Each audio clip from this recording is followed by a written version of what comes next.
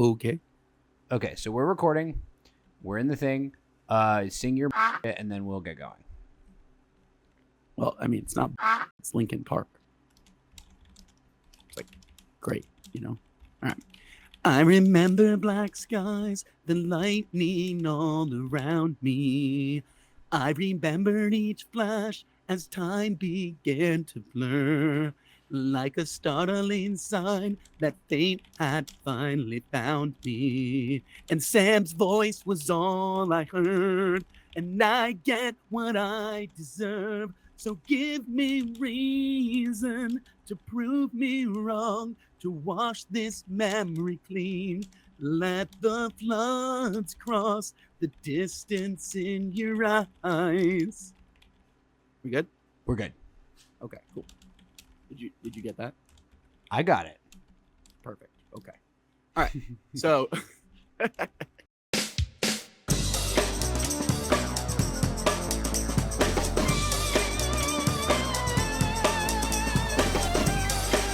hey guys, welcome back to the Danger Planet. This is Doug and Sam, and today we're going to walk through a conversation on really what it means to be part of a competitive gaming team. For myself, I've been in the competitive tabletop gaming space probably for about 15 years now. I primarily started out in Warhammer 40,000. I played that for about 5 or 6 years. And then I started to branch out into what was initially Magic the Gathering for really competitive gameplay. And lately, as folks know, it's kind of turned into a whole bunch of Malifaux. And slowly, I'm looking at a couple of other different game systems. Sam, why don't you give us a little bit of background on kind of the different competitive games that you've played throughout your gaming career and how it kind of brought you to this point here, standing here, being forced to listen to me sing Linkin Park? Well, I've been playing tabletop games for a long time, but I don't think I've really been competitive for all that long. I think the first game I played that I was trying to be somewhat competitive in was Warhammer Fantasy Battles back when that game existed. And that was ages ago. I was a kid, and so I was not really competitive. I was doing my best. But the first game that I think I was really able to compete in was War Machine Hordes, and I played a lot of War Machine Hordes through basically the second half of Mark 1 and all of Mark 2. And that was a game that it was a very competitive, suitable game. It was really designed for this kind of competitive tournament play, and I'd like to think I played it at a fairly high level. And I played a bit of Malifaux as War Machine was on decline, but there wasn't really much of a Malifaux competitive community where I lived. It was very hard to get games. And so since then, I got back into Warhammer 40K. I played a little bit of Tournament 40K in 2021, but I didn't love it. And I really started playing Malifaux competitively very heavily in 2021 and have been playing that ever since. So it's been kind of bopping around, but I'd say this current stretch of Malifaux is really only the second time I've really been into a competitive game, with War Machine being the first. Yeah, that makes sense. I knew you had come from a Warhammer Hordes background. I'm really excited to look at actually Mark IV for that. I know a lot of guys on our team at Danger Planet are looking very, very closely at those releases from Privateer Press. So keep an eye peeled on the Danger Planet. We're definitely going to be having some form of War Machine coverage. We're just not exactly sure what that's going to take quite yet. So to get back onto topic specifically, talking about what it's like to be part of a competitive team, I guess the first part of my journey as a competitive tabletop player where I was really part of a team trying to go after something was definitely in Magic the Gathering, where I was part of a local team grinding, prepping for team tournaments, prepping for individual tournaments in Modern and Legacy, which were the two primary formats that I played. And at least for me, I've always really valued being part of a competitive team because the way that I tend to grow as a gamer is by aggressively going after feedback from my opponents when I'm playing them. So, I mean, I think you picked up on this, Sam, when we first started really doing a lot of Malifaux games together. But I think you remember every time we would end a game, I would spend like 30 minutes asking you questions about, now, why did you do this thing this way? What could I have done better in this direction? Did you think I had any hiring mistakes? And we would always spend time after the game from a post-mortem perspective to really dissect the gameplay. And that has always been, for me at least, the biggest way in any competitive game to get better as quickly as possible. which is to say basically surround yourself with good players and proactively go after feedback after playing with them. And that's even if you're not prepping for a tournament, right? If you just want to get better at a game and you're playing an opponent and you lost, try to figure out why and talk to them and have an open discourse. It's really helped me, especially because I am 100% the new kid on the block when it comes to tournament Malifaux. So I've only been playing Malifaux since the inception of M3, not like Sam, who has been playing it, basically you've been playing Malifaux since Mark 1, right? I'd say on and off since Mark 1, yeah. I mean, you have a metal gremlin crew. Yeah. I have a bunch of random metal Malifaux stuff in my house. Yeah, I mean, I don't own any metal Malifaux models except the ones that I got at prize walls and stuff after tournaments. So, but for me, that's the biggest reason why I really enjoy being part of a competitive team, because I think it really makes me a better player in that it gives me opportunities to have in-depth conversations that are highly contextual about my games that I play. I mean, that's probably the biggest thing that jumps out to me about what's really important about being on a competitive team. I mean, what are your thoughts, Sam? What do you think? I mean, is playing, grinding out Malifaux with the Danger Planet guys, is this the first proper team you've ever really been on in your tabletop life, or kind of have you done this before? Where are you at? So when I played War Machine Hordes, I had a pretty close friend circle of people I would go to tournaments with. That included Trevor Atridge, who's currently running Tactical Tortoise. Shout out to him. He was incredibly good. A few other people. And we would play games against each other. We would talk with each other. I think the practice of being on a team is a little different with Magic the Gathering as it is in a war game, just because the nature of the game is different. When you're testing for Magic, a lot of it is testing for, the metagame, the different decks you're likely to see. And it's not unfeasible for a Magic team, even a small one, to have basically one copy of each like standard deck, for instance. But in war games, it's just not really feasible for someone to have A, like every Malifaux crew in the game, and B, enough reps on them to be good. So in any reasonably sized team, there are going to be gaps in your preparation. There are going to be things you can't prepare for because people in your team don't play them. So the role of a team in, I think, wargaming compared to Magic is partially playing games to prepare, but also just like talking and having conversations about the game and talking with people who play the game and who have run into things you haven't run into maybe, and getting those insights. Whereas I think in Magic, there's definitely a sort of a talking element, but it's also just one of the real advantages there is you can grind out games so that when you get to a Magic tournament and you throw down, your deck against whatever the control deck in the meta is, you have 100 reps against it. You know what they're going to sideboard in, you know what their threats are, you know what the must answer spells are, and so on. Does that make sense? I mean, I totally agree with that. The one thing that I would say as the devil's advocate from that position is that Magic is definitely unique in that I can get through a game of Magic in like 15, 20 minutes-ish. Mm-hmm. When you play a game of War Machine or Malifaux or Warhammer 40K, I mean, those games take, even if you're going fast, like 2 hours, right? And you're simply not going to be able to get reps. You do make a good point. You're not going to be able to get reps against armies that your teammates just don't have. But I will say that I think we both share the perspective of being on a team allows you to bounce ideas off of individuals and get ideas from those individuals that you might not have had before, or at least allows you to expose yourself to other opinions, maybe about metas or matchups. And while you might not be able to do, granular one-on-one meta gauntlets, we called them running the meta gauntlet when we would test for a tournament back in the day. You can't do that with tabletop, but what you can certainly do is talk through the matchups, right? And you might be able to garner some really interesting perspective from a teammate on a matchup that you're not very familiar with. I mean, I know that basically happens with us all the time before a Malifaux tournament. I'll bring to you, I'll be like, hey, I'm going to be running Rezzers at this tournament, and I'm primarily going to be going with like Seamus 1, Yanlo 2, and maybe like Jackdaw 2 or something. What should I look out for based on the scheme pool? And then we would have a conversation, right? And you'd be like, okay, well, like based on that set of masters and this set of these 3 rounds, here's what I would be scared of, right? We've had that conversation probably a million times. Well, not a million, but damn sure every tournament. At least 999,999 times. Yeah.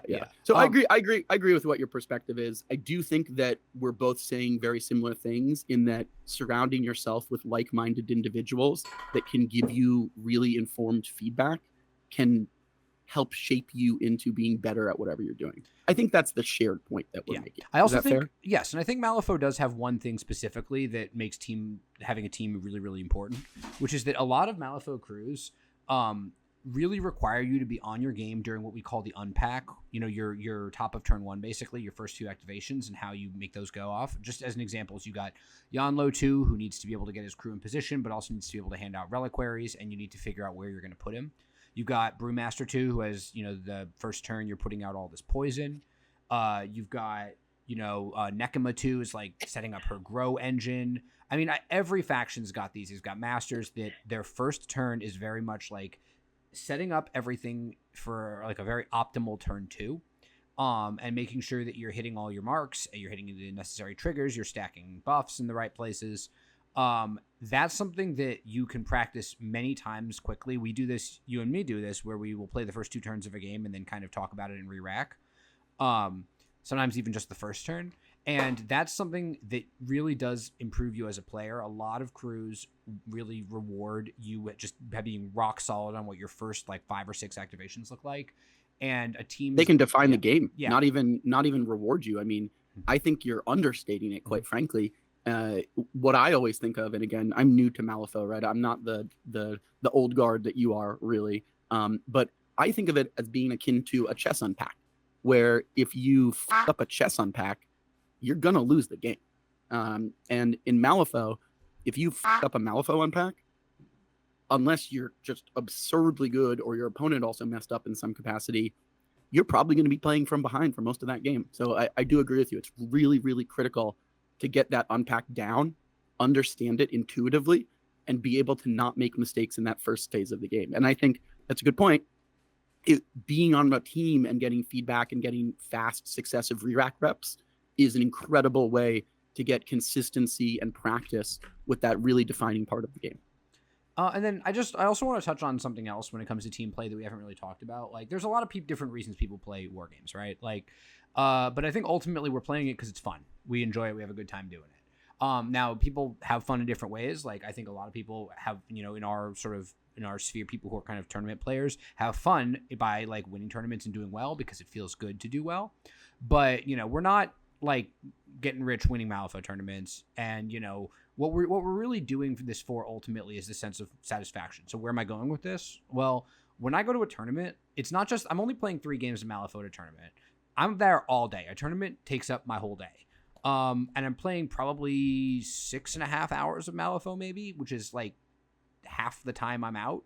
So what am I doing the rest of the time? Well, I'm hanging out with people who are playing games. I'm talking to people about games. Like, when I'm in that mode, when I'm in Malifaux mode and I just want to have conversations about Malifaux and I want to watch people play Malifaux, that feels really good. Like, that's a really enjoyable part of going to tournaments and conventions for me. Just playing games, but also just hanging out in a space where people are playing games and talking about games and seeing games being played. And that's something a team can do for you. You know, yeah. it makes the game a lot less lonely, and this is just fundamentally a social hobby. That's, you know, Malifaux's got Vassal. You can play in front of your computer, and I have nothing against Vassal, but the game is, wargaming generally is just a very fundamentally social hobby. Yeah, and so I agree with you a ton. That was actually one of my talking points that I was going to bring up. And I think to put a finer point on what you're saying, to me, it's really important the type of team that you seek out and associate yourself with, because that will often define how you interact with the hobby. I guess that's kind of like a piggyback on the point that you made, right? You want to seek out like-minded individuals that are kind of going after at least a similar type of experience to what you're going after, because at the end of the day, we're pushing plastic army men around a little table with paint and, you know, flipping cards or rolling dice. I mean, it's not critical, right? Like this is not most of our day jobs, right? This isn't how we're making money to pay rent. You know what I mean? We're doing it to enjoy ourselves.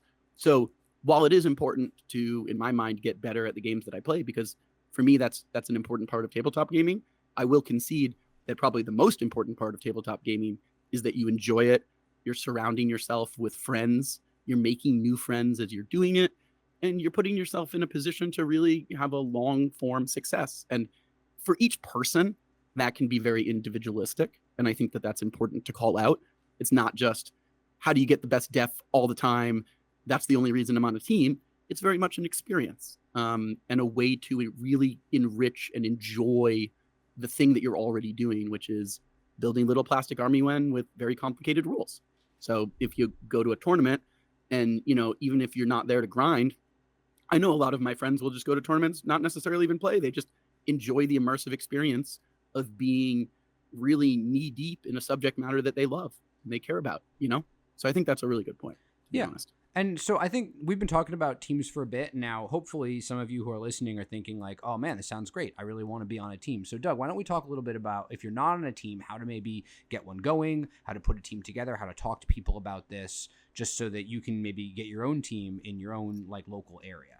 Yeah, and we can also talk about the broader collective of the Danger Planet team, right? So yeah, that's a great point. So, what I always do whenever I'm starting is start with the people that you like to spend time with. And if you wanted to start a team, talk to them and say, hey, people at your LGS maybe that you get a lot of reps against, or even people that have a digital presence, maybe some friends that you talk to online all the time, but you maybe not even in their area. Because of Vassal, specifically for Malifaux, and TTS for a bunch of other games, you can have teams that spread over large geographies, right? Or just friends and start it out at your local LGS and say, I want to get better at this game. I want to make it a point to start a community around this game. And a lot of the times you can kind of wrap that in the, wouldn't it be fun to travel maybe once a month as a group or once every other month as a group? I mean, I know for us, the Danger Planet Games and Hobbies team, I would say our like Malifaux team is made up of the Danger Planet crew. So myself, Sam, Brandon, and Adam, and also, a handful of locals from Battlegrounds Games and Hobbies out in Saugus, Massachusetts. And so that would be Rich, who's one of the mods on our Discord. He's on the competitive team for us, as well as a bunch of other buddies that all play at Danger Planet. And we've kind of got a really cool group together. Now, the other thing that I wanted to mention, which I think is really cool about being part of a team, and they've released a lot of psychological studies about this, not just for teams, but also for companies, is having gear, like having a shirt, having a symbol, having a logo that is kind of a unifying bond. And it's just really cool to be able to put that on and walk into a store and represent something that's a little bit bigger than yourself.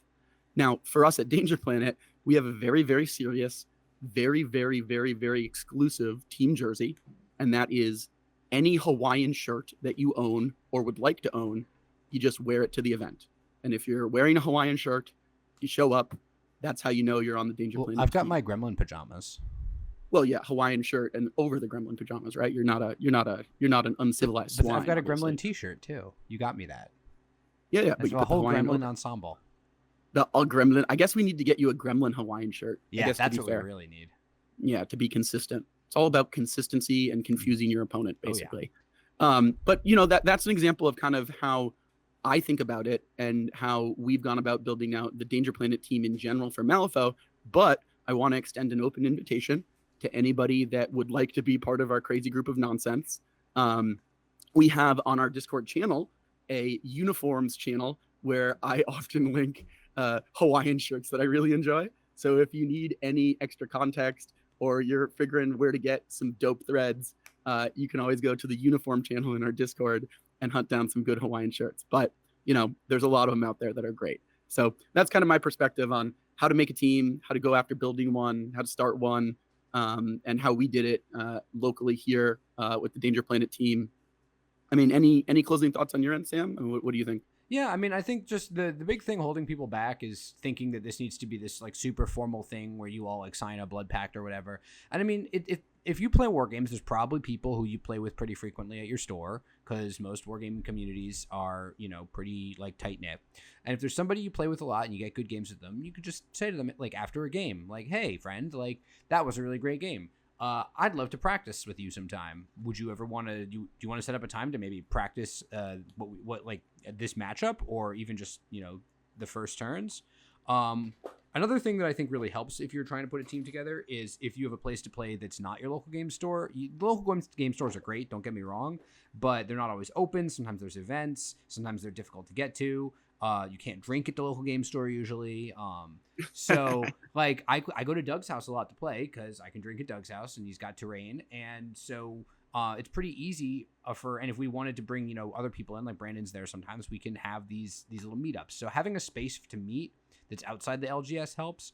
But really, just if you want to put a team together, I wouldn't say go up to somebody with like a contract and say, oh, do you want to join my team? Just sign here. No, just say, hey, I really like that game we played. Would you like to maybe meet? It's like schedule a time to meet up and play again or talk about it. And if you and your opponent both are interested in tournaments, you can say, hey, there's this tournament coming up. Do you want to have a prep session? Yeah, use it as a catalyst. Before that's what we did. Yeah. And then before you know it, you're on a team kind of by default, and then you can start talking about the fun stuff like getting uniforms and like cutting your wrists and putting them next to each other so the blood goes into each other's veins, so you're like always with each other. I don't know, dude. You took that to 11 super fast, my man. There's just, you could buy each other like the necklaces that each have half a heart on them. Yeah. I mean, I literally bought that. You ruined it. I was going to show that one to you this weekend. Yeah, if you have a third person, you get like a third piece. It's like jagged on both sides. Or the apex predator of it, which is everybody gets Dragon Ball necklaces, and you only ever allow 7 people on your team. There's 7 Dragon Balls, right? I don't know how many Dragon Balls there are. What? I don't know. That's one of your primary jobs at Danger Planet, is keeping track of the Dragon Balls. Is it the same on every planet? Every planet has its own Dragon Balls, right? I know Namek has its own set of Dragon Balls. I know Earth has its own set of Dragon Balls. And I believe that there's one other, yes, there are various sets of Dragon Balls. The Namekian dragon looks really weird because he skipped leg day basically perpetually. And then the Earth dragon is like the G. I like the Earth dragon. Okay, so now that we've established that.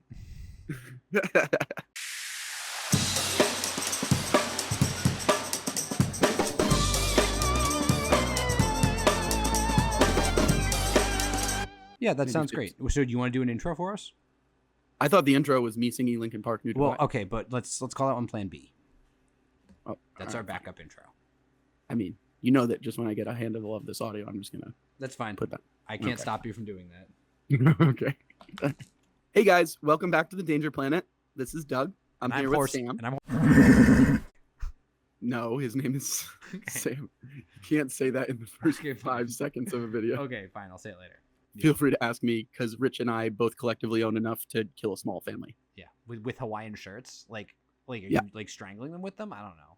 No, you cover them. It's the concept that the massive weight of general Hawaiian shirts. That's a lot of Hawaiian shirts. I know, that's the point. That's there. It's literally lethal. That's how many Hawaiian shirts Rich and I own. All right.